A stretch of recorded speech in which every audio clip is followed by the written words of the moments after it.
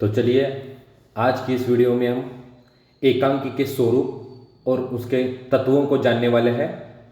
इसके पहले वाले वीडियो में हमने उपन्यास का स्वरूप और उसके तत्वों को देख लिया था और आज हम एकांकी का स्वरूप और उसके तत्वों की जानकारी जो है लेने वाले हैं।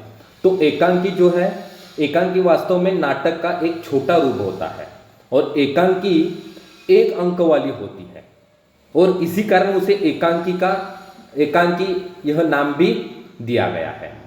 अब एकांकी जो है वास्तव में नाटक का छोटा रूप हम इसलिए कहते हैं क्योंकि इसमें कम से कम समय में, कम से कम दृश्यों में विभिन्न स्थितियों को, समस्याओं को पेश करने की कोशिश जो है की जाती है।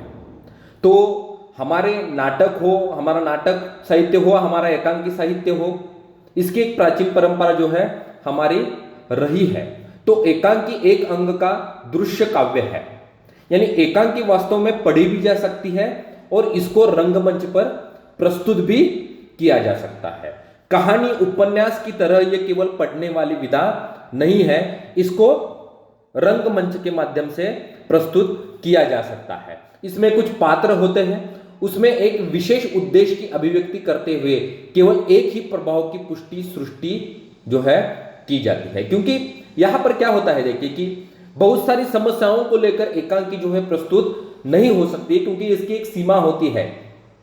इसमें केवल एक अंक होता है और विभिन्न दृश्य होते हैं। एकांकी वास्तव में एक अंक की होती है लेकिन उसमें विभिन्न दृश्य जो है होते हैं और किसी एक समस्या को लेकर जो है या कुछ एक दो समस्या को लेकर जो एकांकी जो है प्रस्तुत होती हुई हमारे सामने आती है।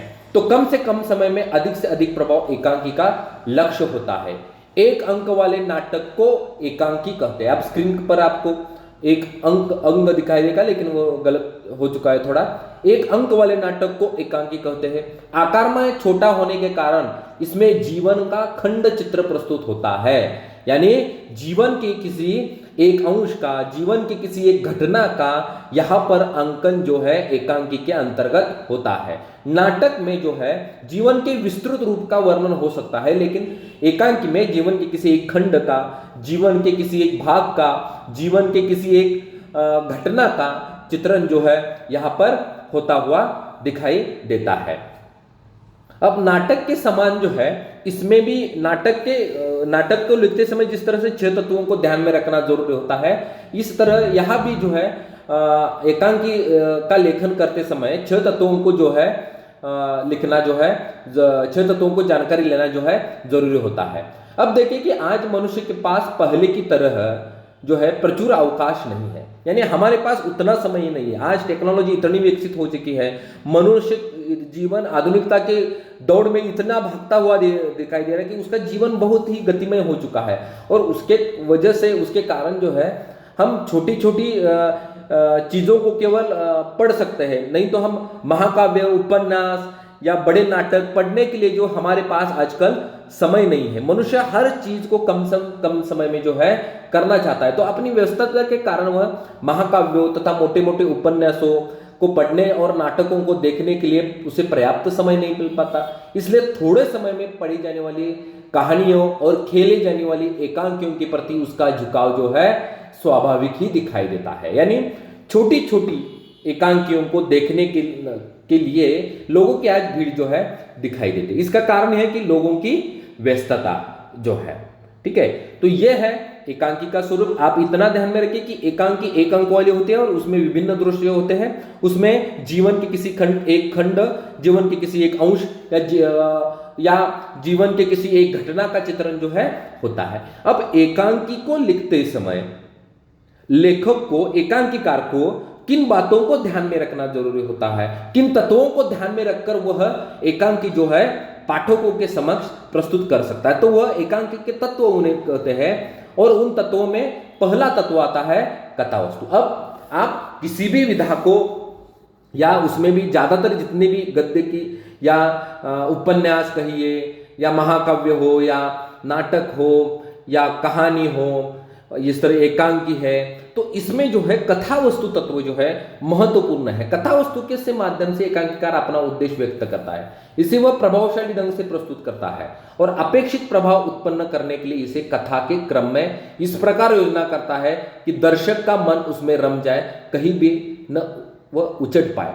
यानी कथाक्रम जो है इस तरीके से होना चाहिए कि उसमें एक क्रमबद्धता, सरलता होनी चाहिए। नहीं तो क्या हो सकता है, देखिए कि क्रम में यदि गड़बड़ी हो जाती है, कथा के क्रम में यदि गड़बड़ी हो जाती है, कथा में यदि कथा का जो संयोजन होता है उसमें गड़बड़ी हो जाती है, तो पाठक जो है उस कथा से जो है या एकांकी से जो है वह ऊब सकता है। उसका मन निरंतर आगे का घटनाक्रम या दृश्य जानने के लिए उत्सुक बना रहना चाहिए। सरस शब्दावली में कहे तो उसका कौतूहल बना रहना चाहिए। कथानक या कथा वस्तु को 3 भागों में विभाजित जो है किया जा सकता है। एकांकी में कथा वस्तु को 3 भागों में विभाजित जो है किया जाता है, जैसे प्रारंभ, विकास और चरमोत्कर्ष। अब जिस तरह से कहानियों का प्रारंभ होता है, जिस तरह से उपन्यासों का प्रारंभ होता है, उस तरह से नाटक का प्रारंभ नहीं होता है। नाटक के प्रारंभ, एकांकी के प्रारंभ में या नाटक के प्रारंभ में आप देख सकते हैं कि कुछ जानकारी जो है कोष्टक में आपको दी गई होती है। यदि नाटक को खेलना है तो उस जानकारी का इस्तेमाल जो है हमें करना पड़ता है। तो प्रारंभ में इन बातों को ध्यान में रखना तो जरूरी है। उसके साथ साथ कथा वस्तु का प्रारंभ जो है यहाँ से हो जाता है। उसके बाद कथा जो है एक विकास के मोड़ पर चली जाती है और अंत में उसका चरमोत्कर्ष, यानी अंत में वह उद्देश्य की सफलता की तरफ जो है एकांकी कथा वस्तु जो है जाती हुई हमें दिखाई देती है। तो एकांकी के तत्वों में पहला तत्व जो है वह है कथा वस्तु, जिसका ध्यान हमें रखना जरूरी है। बिना कथा वस्तु के एकांकी जो है नहीं हो सकती। उसके बाद पात्र और चरित्र चित्रण। अब कहानी में, उपन्यासों में भी पात्र और चरित्र चित्रण महत्वपूर्ण होते हैं, लेकिन नाटक और एकांकी में जितने महत्वपूर्ण पात्र होते हैं उतने कहानी और उपन्यासों में नहीं होते हैं। लेकिन एकांकी में देखिए, एकांकी में जो संवाद होते हैं वह संवाद पात्रों के माध्यम से ही होते हैं, अलग अलग पात्र होते हैं। अब यहां पर क्या होता है, देखिए कि वो पात्र जो है, पात्रों में कई एकांकियां, कई नाटक ऐसे होते हैं कि इतनी पात्रों की या चरित्रों की इतनी भीड़ होती है कि पाठक उसे ऊब जाता है और पाठक की समझ में कुछ भी नहीं आता है। तो इसके कारण हमें ये बात भी ध्यान में रखनी जरूरी है कि पात्रों की योजना जो है एकांकी में करते समय जो है पात्र जो है एकांकी की कथा वस्तु को गति प्रदान करने योग्य हो, पात्र कम हो, जितने कथा वस्तु को आगे बढ़ाने के लिए उपयोगी हो उतने ही पात्रों का अंकन उस एकांकी में जो है होना चाहिए। उसमें नायक तो होना चाहिए। नाटकों में नायक तथा उसके सहायकों का चित्रण जो है मूलतः घटनाओं के माध्यम से किया जाता है, किंतु एकांकी के पात्रों के चित्रण नाटकीय परिस्थितियों, भीतर बाहर के संघर्षों के सहारे सांकेतिक रूप में वहां पर होता है। और एकांकी के चरित्र चित्रण में स्वाभाविकता, यथार्थता, मनोवैज्ञानिक यानी पात्रों की मनोवैज्ञानिकता का चित्रण भी आपको वहां पर करना जरूरी होता है। प्रत्येक पात्र के क्रियाकलाप में कार्य कारण भाव अवश्य सांकेतिक होना चाहिए, यानी क्रिया, वह पात्र ऐसा क्यों कर रहा है, उसके पीछे के कारण क्या है, उसे हम कार्य कारण भाव कहते हैं। तो वह भी वहां पर जो है अंकित होना बहुत ही जरूरी है। नहीं तो हम जो है वहां पर क्या हो सकता है कि पाठकों के मन में क्या है उसको अच्छी तरह से पात्रों के मन में क्या है वो पाठकों के सामने हम अच्छी तरह रूप में जो है पेश नहीं कर सकते। तो इसके लिए पात्रों का चरित्र चित्रण जो है यहाँ पर होना जरूरी है। कई एकांकियों में जो है नायक जो है होते भी है और कई एकांकियों में नहीं भी होते हैं, लेकिन ज्यादातर एकांकियों में नायक जो है रहते ही है। तो एकांकी जो है एक महत्वपूर्ण विधा के तौर पर आज हमारे सामने आते हुए दिखाई दे रही है। तो इसमें पहले 2 तत्व हमने देखे, एक तो कथा वस्तु, दूसरा है पात्र चित्रण, तीसरा आता है भाषा शैली। अब भाषा के बिना तो हम विचारों का आदान प्रदान जो है हम कर नहीं सकते हैं। तो एकांकी में भी भाषा का बहुत बड़ा योगदान हम मान सकते हैं, क्योंकि बिना भाषा के तो हम कोई भी विधा जो है नहीं लिख पाएंगे। लेकिन उसमें भी भाषा का रूप कौन सा होना चाहिए, भाषा का स्तर कौन सा होना चाहिए, वह एकांकी और नाटक में भाषा का स्तर कौन सा होना चाहिए, ये एकांकीकर को जानकारी होना बहुत ही जरूरी है। साहित्य की विभिन्न विधाओं की भाषा शैली अलग अलग होती है। एक सी विषय वस्तु के आधार पर भी कहानी भी लिखी जा सकती है और एकांकी भी, काव्य भी लिखा जा सकता है और नाटक भी लिखा जाता है, किंतु विषय वस्तु को कवि अपने ढंग से ग्रहण करेगा और नाटककार अपने ढंग से करेगा, और इसके कारण दोनों का जरिया जो है, भाषा का जरिया जो है, अलग अलग रूप में पेश जो है पाठकों के सामने या श्रोताओं के सामने प्रस्तुत होगा। विषय वस्तु के प्रति लेखक जैसा दृष्टिकोण होगा, उसके अभिव्यक्ति के लिए वो वैसा ही माध्यम भी चुनेगा। माध्यम के भिन्न हो जाने से भाषा शैली भी भिन्न हो जाती है। कहानी की भाषा शैली का वर्णन के लिए कहानी की भाषा शैली वर्णन के लिए अधिक उपयुक्त होती है। केवल संवाद में लिखी गई कहानी की भाषा शैली एकांकी की भाषा शैली नहीं हो सकती, क्योंकि उसमें नाटकीय तत्व नहीं रहता।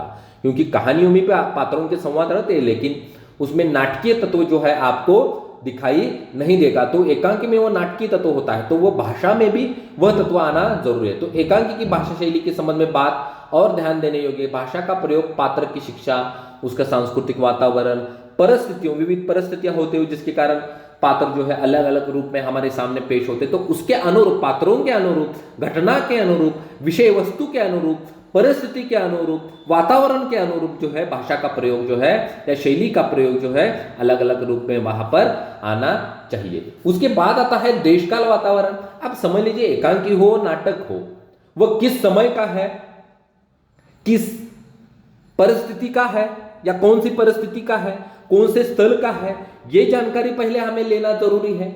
समझ लीजिए कि हम राजस्थान कि एकाध घटना के ऊपर समझ लीजिए या एकाध विषय वस्तु के ऊपर जो है एकांकी लिख रहे हैं, तो वहां का परिवेश जो है उस एकांकीकार को जानना जरूरी है। या समझ लीजिए कि महाभारत काल में एकांकी हो, तो उस समय की परिस्थिति कैसी थी, उसका चित्रण जो है वहां पर उस रूप में आना जरूरी है। तो एकांकी के नाट्य शिल्प को सफल बनाने के लिए संकलन तरह का प्राय आधार लिया जाता है। कहा जाता है कि एकांकी में देश, काल और कार्य व्यापार यानी वातावरण की अनुमिति का अर्थ है संपूर्ण घटना एक ही स्थान पर घटित हो, उसमें दृश्य परिवर्तन कम से कम हो। सामान्यतः काल की अनुमिति से अभिप्राय है कि एकांकी की घटना वास्तविक जीवन में जितनी देर में घटित हुई उतनी देर में उसका अभिनय भी हो सकी। यदि दो घटनाओं में वर्षों का अंतर हो तो उन्हें एकांकी का विषय नहीं बनाया जाना चाहिए।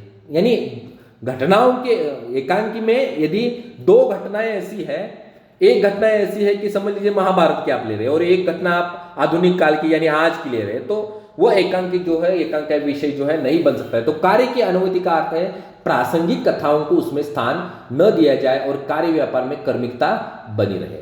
रंगमंचीयता, तो ये नाटक और एकांकी को अन्य विधाओं की तुलना में अलग रूप में पेश करने वाली जो है यह तत्व है।